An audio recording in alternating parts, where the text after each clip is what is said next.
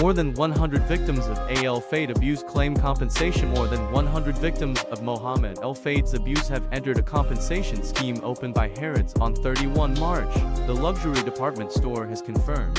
Harrods started issuing compensation at the end of April, and the scheme remains open for new applications until 31 March 2026. Eligibility for the scheme has been extended to employees of one of Fayed's private airline companies, Fayed Jersey Co. Limited. Harrods also said that it has filed a case at the High Court asking for the executors of Fayed's estate to be replaced following the lack of any progress in resolving his affairs since he died in 2003.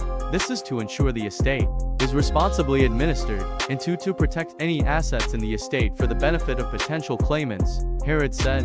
The BBC has contacted representatives of the Fayed family for comment. Harrods also said that feedback from survivors continues to be listened to, whether raised directly or via legal firms or Dame Jasvinder Sangara, the independent survivor advocate. Multiple women who worked for the former department store owner who died last year have accused him of rape and sexual assault. In March, Harrods said victims of abuse by the former Harrods owner could receive up to £385,000 in compensation plus treatment costs if they agree to be assessed by a consultant psychiatrist. Harrods said individuals can apply for different compensation amounts, including general damages of up to £200,000 and a work impact payment sum of up to $150,000. Many of those who say Fayed abused them underwent intrusive medical examinations when they were hired. Compensation for such testing could be up to $10,000. Past treatment costs will also be covered. The redress scheme outlines different pathways for survivors to receive compensation depending on whether or not they are medically assessed, something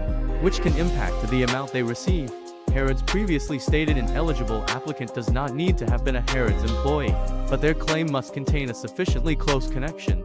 Those who allege they were assaulted outside the UK in circumstances that are sufficiently connected to Fayed's role at Harrods could also be eligible for compensation. All eligible applicants are offered a meeting with a senior Harrods representative to receive an apology in person or by video, as well as an individual written apology. The scheme only requires documentary evidence, meaning applicants are not asked to give oral evidence regarding their claims. If a person makes a successful application and accepts an offer, it is treated as full and final settlement, meaning they waive their right to pursue further action for damages.